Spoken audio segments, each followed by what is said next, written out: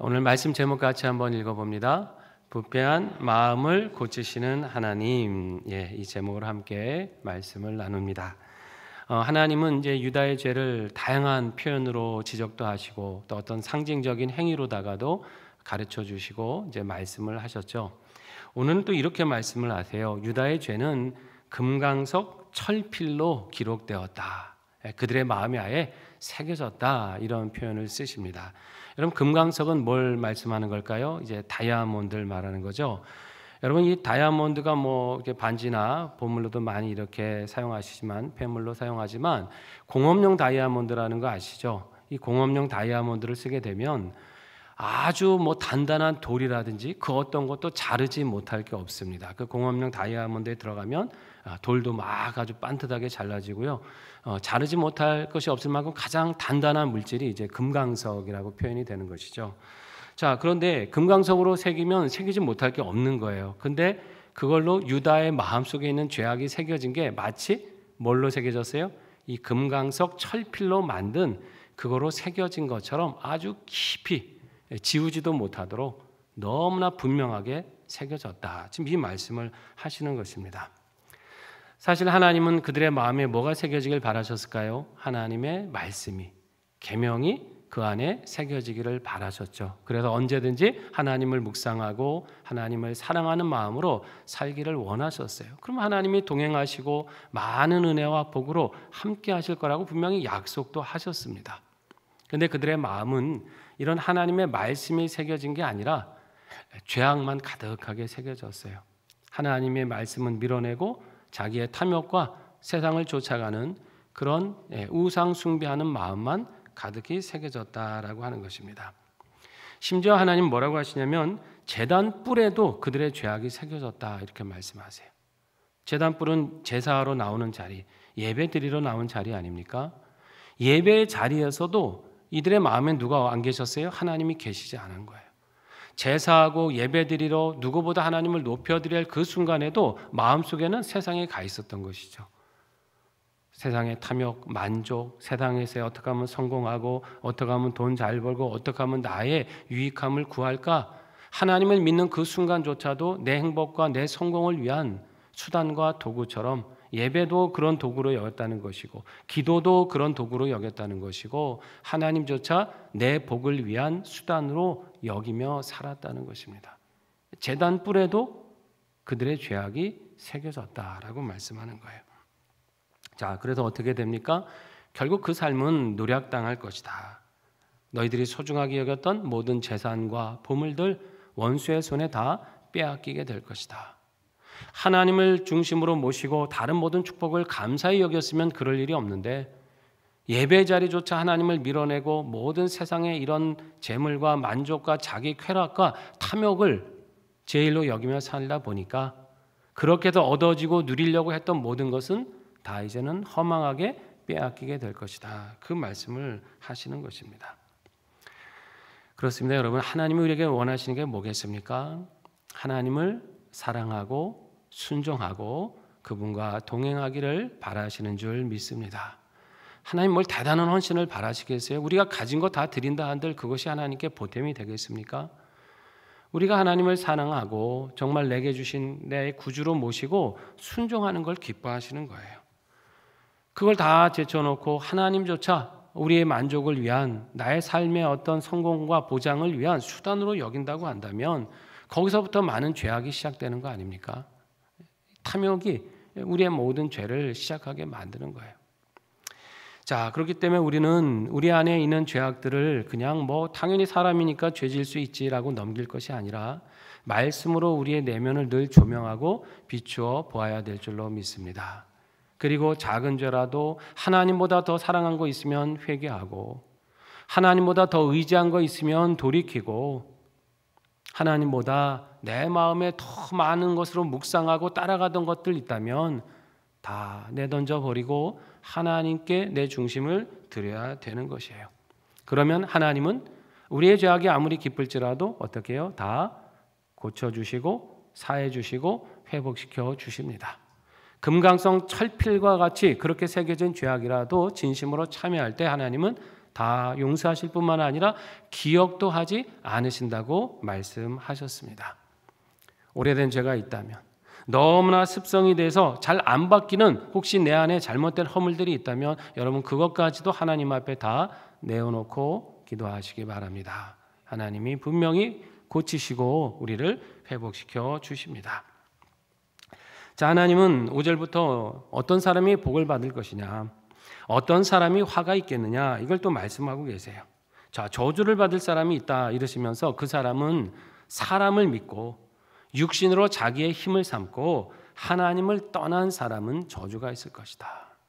이 사람을 믿는다는 건 뭐겠어요? 어떤 힘 있는 사람, 내가 뭐 좀 추앙하는 사람, 절대적으로 좀 의지한다는 얘기죠. 그리고 단순히 의지하는 것뿐 아니라 그런 대상이 나에게 있다는 걸 내 마음에 어떤 안도감으로 삼고 살아가는 것을 말하는 것입니다.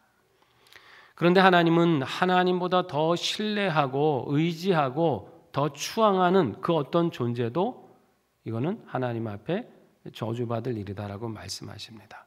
우상을 두지 말라는 거예요. 그게 내 인맥이든 권력자든 세상 무슨 연예인이든 사람들이 추앙하는 그 누구든 사람을 내 마음속에 두고 그를 의지하는 것 하나님 기뻐하지 않으십니다. 누구든 마찬가지인 것이죠. 여러분, 하나님보다 더 사랑하고 의지하는 사람은 세상에 존재할 수 없는 것이죠. 가족도 마찬가지예요. 함께 사랑하고 하나님을 경배해야 될 대상인 것이지 하나님보다 더 의지하는 존재는 있을 수 없습니다. 그 사람이 우상이 될 수 있다는 거예요. 자, 그렇게 될 때 그 사람은 사막의 떨기나무와 같다 그랬습니다. 여러분, 사막이라는 데가 가뜩이나 물도 없어서 바짝바짝 마르고 타 죽는 곳 아닙니까? 식물이 제대로 살 수가 없거든요. 근데 거기는 떨기나무는 형편이 어떠냐면 이거는 굉장히 아주 앙상하고 보잘것없어요. 삐쩍 말라가지고 언제든지 바람만 휙 불면 다 사그러들이고 날아갈 수밖에 없는 그런 아주 메마른 삶을 살아갈 수밖에 없다는 것입니다. 자, 그런데 반면에 복 있는 사람이 있어요. 어떤 사람입니까? 하나님을 의뢰하고 의지하는 사람. 7절 말씀에 나오죠. 그 사람은 어떻게 해요? 복을 받을 것이다. 자, 그 사람은 어떤 사람이냐면 8절에 있죠. 물가에 심어진 나무와 같다. 여러분, 저 뭐 한강변이나 양수리나 혹시 이런 데 가셔갖고 물가에 심어진 나무 한번 보신 적 있습니까? 많이 보셨겠죠. 그 나무들이 어때요? 물가에 심어진 나무는요, 아무리 오래돼도 시들시들한 법이 없습니다. 잎사귀가 아주 푸르고요, 나무가 좀 생동감이 있고 열매도 많이 맺힙니다. 그 이유는 딱 하나입니다. 어디에 심겼어요? 물가에 뿌리가 뻗쳐 있기 때문에 열매를 많이 맺는 거예요. 여러분, 인생도 마찬가지인 줄 믿습니다. 우리가 하나님의 말씀에 깊이 뿌려내려야 될 줄로 믿습니다. 기도의 강가에 우리 신앙의 뿌리를 내려야 될 줄로 믿습니다.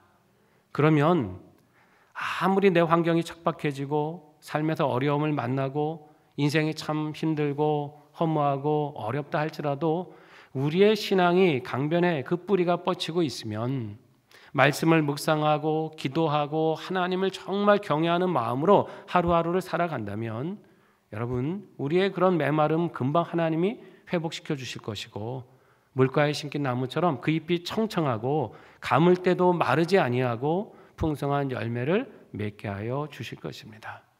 우리 인생은요, 하나님의 이 말씀의 강가에 늘 심겨져 있어야 돼요. 그 생명수에 우리의 삶을 담그고 있어야 됩니다. 그때 마르지 않는 인생을 살게 되는 것이에요. 여러분, 우리는 뭘 더 의지하고 살아가십니까? 내 마음을 항상 점검해야 될 줄로 믿습니다. 내 마음에 급할 때 누구를 찾느냐?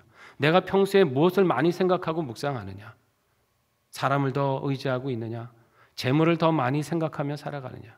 세상에서 어떤 안정장치와 권력을 더 사랑하고 사모하고 있느냐? 이걸 우리가 점검해야 되는 거예요. 내 마음이 누구를 더 사모하고 있는지를. 여러분, 하루를 시작하실 때 이렇게 기도하시기 바랍니다. 하나님, 오늘 내가 살아갈 힘을 주님이 주시기를 원합니다. 내가 만나는 사람에게서 무엇을 말해야 될지도 가르쳐 주시고 내가 이루어야 될 오늘 일 가운데 어떤 것을 선택해야 될지도 가르쳐 주시고 그래서 오늘 하루를 하나님 앞에 감사함으로 올려드릴 수 있기를 원합니다. 나와 동행해 주시옵소서. 여러분, 이런 믿음으로 하루를 사세요. 그런 믿음으로 하루를 마감하시고 그렇게 하루하루 살아갈 때 우리의 삶이 마르지 않는 삶이 될 줄로 믿습니다.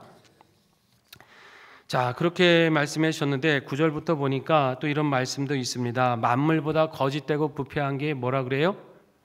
우리의 마음이다. 이런 말씀 들을 때마다 굉장히 마음이 좀 무겁죠. 낙심이 됩니다. 여러분, 마음이 부패하다 그랬는데요. 마음이 뭡니까 도대체? 여러분 다 마음을 갖고 계시죠? 내 마음 잘 알고 계십니까? 마음은 분명히 내 것인데 내 마음을 잘 몰라요. 그게 다 안다고 말할 수 있는 사람이 별로 없어요. 분명히 내 건데 내가 제일 잘 알아야 될 것 같은데 잘 모르는 게 마음입니다. 이 마음이라고 하는 한 단어는 정말 많은 걸 내포하고 있거든요. 여러분, 마음이 뭡니까? 우리의 생각도 마음이라고 할 수 있고, 우리의 어떤 감정도 마음이라고 할 수 있고요. 우리의 어떤 기억, 어떤 의식, 내 의지, 이게 다 통틀어서 마음 아닙니까? 기쁘고 슬픔을 느끼는 것도 우리 마음이고요. 뭔가 아쉬워하고 뭔가를 갈망하고 소원하고 하는 것도 다 우리 마음의 작용입니다.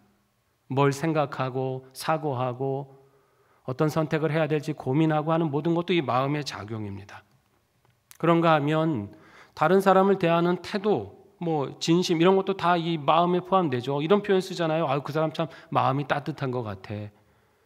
그 마음이 따뜻한지 찬주 어떻게 알아요? 만져볼 수도 있는 것도 아닌데 태도를 말하는 거 아니겠습니까? 그 사람의 사람을 대하는 어떤 태도들, 그 사람 마음이 떠난 것 같아. 이런 것들을 우리가 다 마음이라는 단어를 씁니다.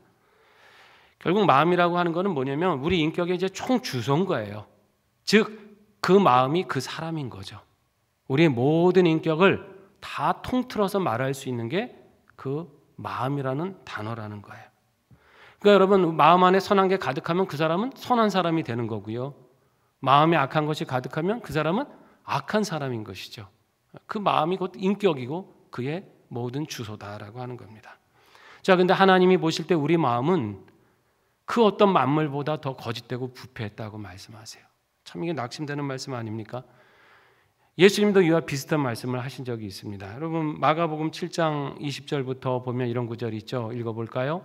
또 이르시되 사람에게서 나오는 그것이 사람을 더럽게 하느니라.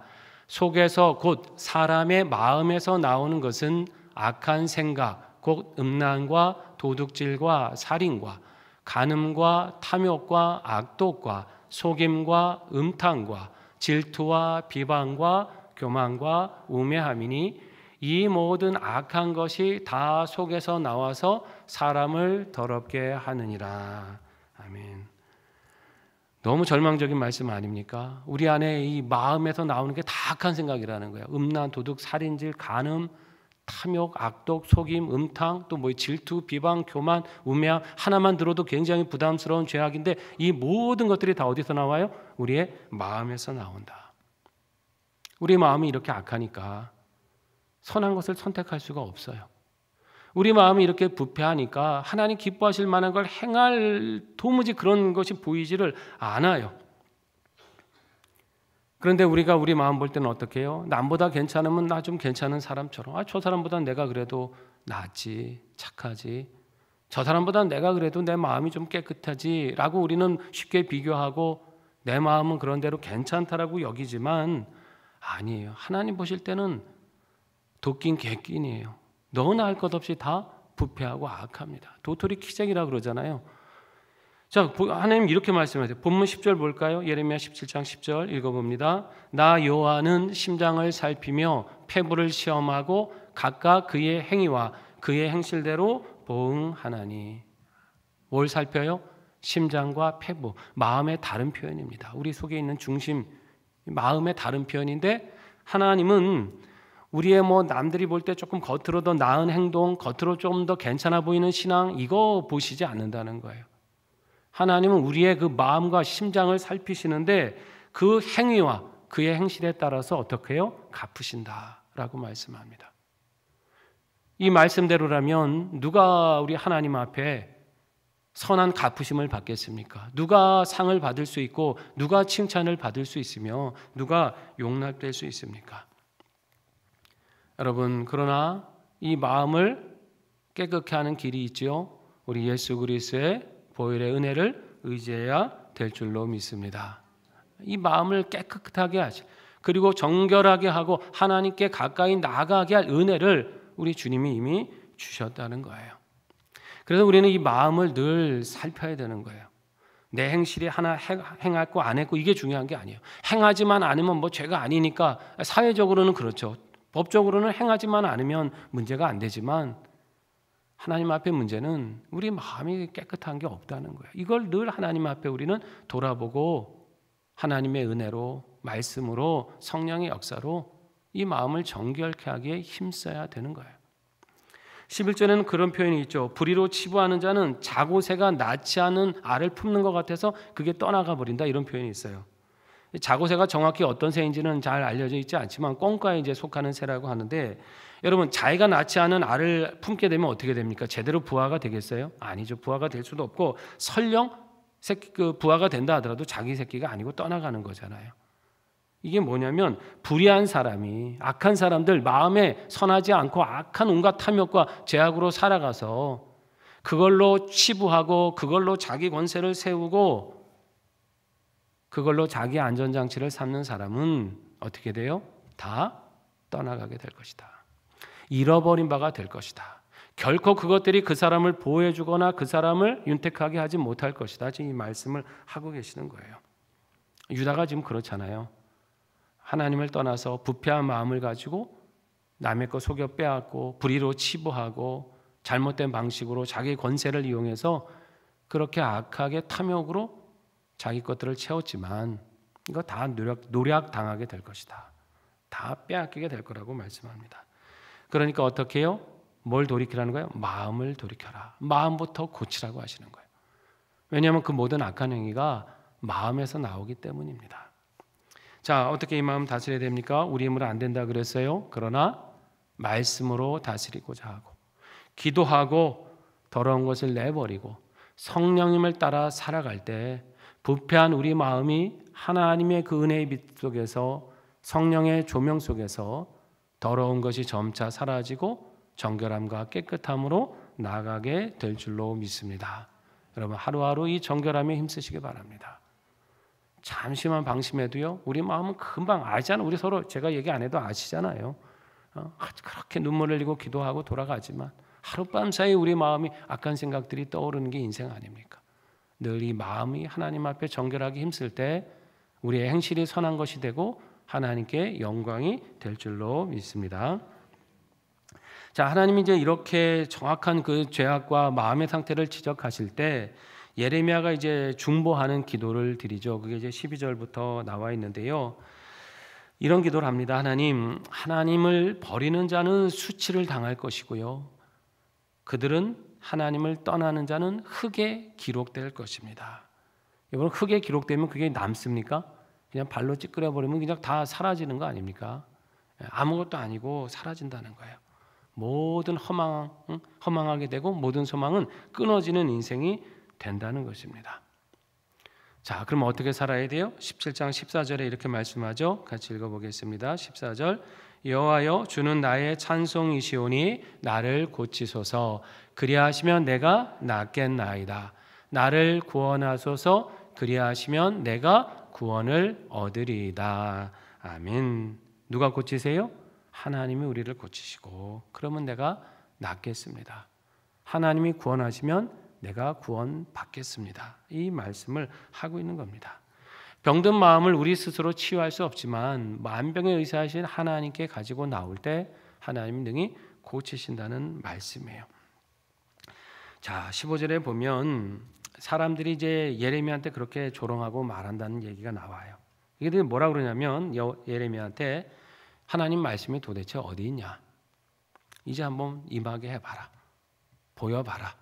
증거 대봐라. 지금 이렇게 얘기하는 겁니다. 예레미야가 이제 하나님의 말씀대로 회개하라, 돌이켜라. 안 그러면 우리 유다가 심판받고 바벨론의 포로가 될 것이다. 나라가 지금 위기니까 너희들의 불의와 거짓을 버리고 하나님의 공의로 회복해야 된다. 너희 부패한 마음을 돌이켜 하나님 앞에 정결하게 된다. 이제 이 말씀을 계속 외쳤잖아요. 그러니까 이제 이 사람들이 뭐라 그러냐면 도대체 그 말씀이 어디 있냐? 그 응답이 어디 있냐? 심판이 있다고 하고 위기라고 하는데 도대체 그 상황이 어디 있냐? 한번 보여봐라. 이 얘기하는 거예요.